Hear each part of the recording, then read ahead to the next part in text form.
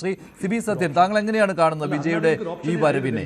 ഇനിയിപ്പോൾ മുഖ്യമന്ത്രി കസേരയിലേക്കുള്ള ദൂരം അത് പ്രശ്നമല്ല, അതൊരു സാങ്കേതികമായ കാര്യങ്ങൾ മാത്രമേ ആകുന്നുള്ളൂ. പക്ഷേ വിജയുടെ ഈ വരവ് ഈ ദേശീയ രാഷ്ട്രീയത്തെ പോലും ഞെട്ടിച്ചിരിക്കുകയാണല്ലോ. രാഷ്ട്രീയ വിശാരദന്മാർ പോലും ഇതങ്ങനെ വിലയിരുത്തിയതല്ല. ശരിയാണ് മഞ്ജുഷ്, വളരെ അപ്രതീക്ഷിതവും ശരിക്കും അപ്രതീക്ഷിതം എന്ന് തന്നെയാണ് ഇതിനെ വിളിക്കേണ്ടത്. കാരണം മറ്റൊന്നും കൊണ്ടല്ല, നമ്മൾ ഇതിനു മുമ്പ് പലതവണ ചർച്ച ചെയ്തപ്പോഴും വിജയ് ഒരു ഡാർക്ക് ഹോഴ്സ് ആകും എന്നതിനപ്പുറത്തേക്ക് ഇത്രയും വലിയൊരു ഒരു വിന്നർ ആകുമെന്ന് നമ്മൾ ആരും പ്രതീക്ഷിച്ചിരുന്നില്ല. നമ്മൾ പരമാവധി പ്രതീക്ഷിച്ചത് 30 മുതൽ 50 വരെ സീറ്റുകൾ പിടിച്ചെടുക്കുന്ന, ഒരുപക്ഷെ ആര് ഭരിക്കണമെന്ന് തീരുമാനിക്കുന്ന ഒരു നിർണായക ശക്തിയായി വിജയ് മാറുമെന്നായിരുന്നു പ്രതീക്ഷ. നമ്മളൊരു 6 മാസം മുമ്പാണെന്ന് തോന്നുന്നു നമ്മൾ ഈ കരൂരിലെ സംഭവം ചർച്ച ചെയ്യുമ്പോൾ, കരൂരിലെ ആ സംഭവത്തിലൊക്കെ നടക്കുമ്പോൾ ശരിക്കും പറഞ്ഞു കഴിഞ്ഞാൽ വിജയ് വളരെ ശൈശവ ദശയിലായിരുന്നു. അത് വളരെ ശക്തമായ ഒരു സെറ്റ് ബാക്ക് ആയിട്ടാണ് നമ്മൾ അതിനെ കണ്ടത്. അതിൽ നിന്ന് വിജയ് കരകയറുമോ എന്ന് ആശങ്കപ്പെട്ടിരുന്നു.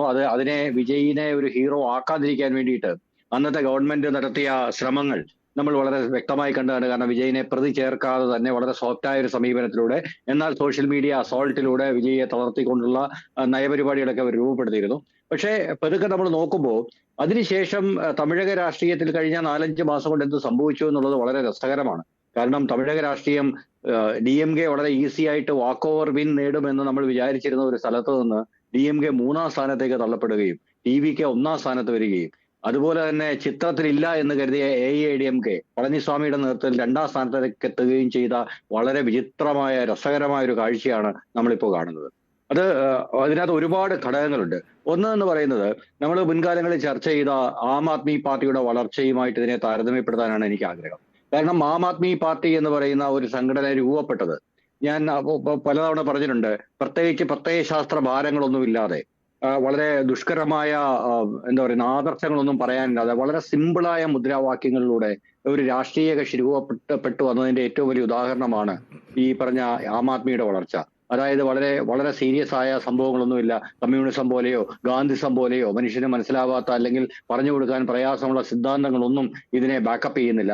വളരെ നിസ്സാരമായിട്ട് അഴിമതിക്കെതിരെ, സ്വജനപക്ഷപാതത്തിനെതിരെ, നല്ല ഭരണം തുടങ്ങിയ വളരെ ലളിതമായ സംജ്ഞകൾ കൊണ്ടാണ് അവർ കടന്നു വന്നത്. അപ്പം ഇതുണ്ടാക്കിയ ഒരു ഇമ്പാക്ട് ഭയങ്കരമായിരുന്നു. കാരണം ഡൽഹിയിലെ മധ്യവർഗ സമൂഹം അല്ലെങ്കിൽ ഈവൻ താഴെത്തട്ടിലുള്ള മനുഷ്യര്, ഇവരെല്ലാം ഒരുമിച്ച് ഇത്തരം മുദ്രാവാക്യങ്ങൾക്ക് കീഴെ അണിനിരന്നു. അപ്പൊ ഇതുണ്ടാക്കിയ ഒരു മാറ്റം, ഡൽഹിയുടെ പൊളിറ്റിക്കൽ ലാൻഡ്സ്കേപ്പിൽ ഉണ്ടാക്കിയ ഒരു മാറ്റം ഭയങ്കരമായിരുന്നു. ഈ കഴിഞ്ഞ തെരഞ്ഞെടുപ്പിൽ അവർ പരാജയപ്പെടുന്നത് വരെ ഏതാണ്ട് 20ഓളം വർഷങ്ങളിൽ അവർ ഡൽഹിയുടെ രാഷ്ട്രീയത്തിൽ നിറഞ്ഞു നിന്നു.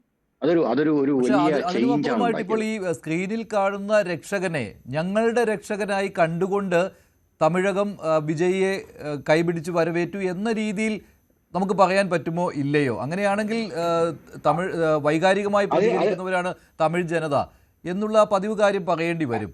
ഇപ്പോൾ MGRന്റെയും കാര്യത്തിൽ അങ്ങനെ സംഭവിച്ചിട്ടുണ്ട്. പക്ഷെ പിന്നെ ഇങ്ങോട്ട് അങ്ങനെ ആയിരുന്നില്ലല്ലോ. ഇപ്പോൾ കമലഹാസൻ പയറ്റിയതാണ്, രജനീകാന്ത് പയറ്റിയതാണ്, പക്ഷെ അതൊന്നും വിജയം കണ്ടിരുന്നില്ല.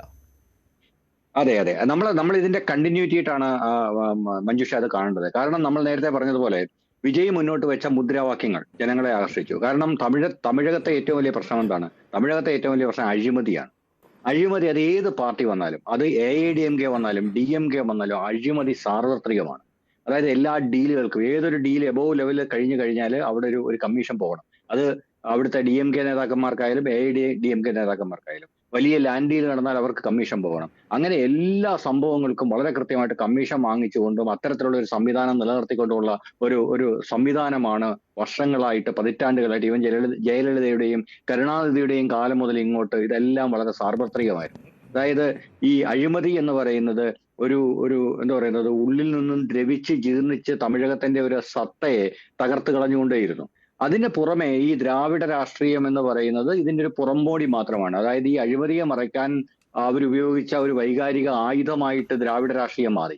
ഈ അഴിമതി കോറിൽ തമിഴകത്തിന്റെ രാഷ്ട്രീയത്തെ ദ്രവിപ്പിച്ചുകൊണ്ടിരുന്നു. ആ സ്ഥലത്തേക്കാണ് ഈ പറഞ്ഞ ജോസഫ് വിജയ് എന്ന ആള് കടന്നു വരുന്നത്. നോക്കൂ, ജോസഫ് വിജയ് മുന്നോട്ട് വെക്കുമ്പോൾ ആദ്യത്തെ സാധനം അദ്ദേഹം പൊളിച്ചു കളയുന്നത് ഇവിടുത്തെ ജാതി രാഷ്ട്രീയമാണ്. കാരണം ജോസഫ് വിജയ്ക്ക് വിജയിക്കാൻ പറ്റുന്ന ഒരു ജാതി രാഷ്ട്രീയ അനുകൂല കാലാവസ്ഥയല്ല ഒരുപക്ഷെ തമിഴ്നാട്ടില്. അപ്പൊ ആ ജാതി എന്ന് പറയുന്നത് ഈ തെരഞ്ഞെടുപ്പിൽ ഒരു ഘടകമായിട്ടില്ല എന്നത് നമ്മൾ ഇൻട്രസ്റ്റിംഗ് ആയിട്ട് കാണേണ്ട ഒരു സംഭവമാണ്. ഇനി രണ്ടാമത്തെ കേസ് എന്ന് പറയുന്നത് വിജയിന്റെ വിജയം ഒരു ഫ്ലൂക്കൊന്നുമല്ല ഒരു തരത്തിൽ പറഞ്ഞു കഴിഞ്ഞാൽ. കാരണം എന്ന് വെച്ച് കഴിഞ്ഞാൽ നേരത്തെ ശ്രീ മോഹൻ വർഗീസ് സാർ പറഞ്ഞതുപോലെ ഫാൻ ക്ലബ്ബുകൾ, അവരുടെ ഈ LC-കളായിട്ടും അല്ലെങ്കിൽ ഈ പറഞ്ഞ ഏരിയ കമ്മിറ്റികളായിട്ടും പ്രവർത്തിക്കുന്ന ഒരവസ്ഥ ഉണ്ടായി. ആ ഫാൻ ക്ലബ്ബുകൾ വർഷങ്ങളായിട്ട് പതിറ്റാണ്ടുകളായിട്ട് എണ്ണയിട്ട യന്ത്രം പോലെ പ്രവർത്തിക്കുന്ന സംഗതികളാണ്. അപ്പൊ അതിന്റെ ഒരു തുടർച്ച ഈ രാഷ്ട്രീയത്തിലേക്ക് കൊണ്ടുവന്നു. അത് വിജയ് 1-2 ദിവസം കൊണ്ട് രാഷ്ട്രീയത്തിലേക്ക് എടുത്തിയാടിയതല്ല. കമലഹാസനെ പോലെയോ അല്ലെങ്കിൽ മറ്റുള്ളവരെ പോലെയോ ഞാൻ രാഷ്ട്രീയത്തിൽ ഇറങ്ങുമ്പോൾ എന്റെ ഫാൻസ് വന്നിട്ട് എനിക്ക് വോട്ട് ചെയ്ത് എന്നെ വലിയ നേതാവാക്കി കളയും എന്ന പ്രതീക്ഷയിൽ ഒന്നും ചെയ്ത സംഭവമല്ല. മറിച്ച് വളരെ കൃത്യമായിട്ട് ആലോചിച്ച് ഓരോ ഏരിയയും ഓരോ മേഖലകളും വിശദീകരിച്ച് പഠിച്ച് നല്ല രീതിയിൽ പണം ഇറക്കി ഉണ്ടാക്കിയ ഒരു നെറ്റ്വർക്ക് തന്നെയാണ് വിജയ്. കൂടുതൽ വാർത്തകൾക്ക് news 18 Keralam YouTube channel subscribe ചെയ്യുക.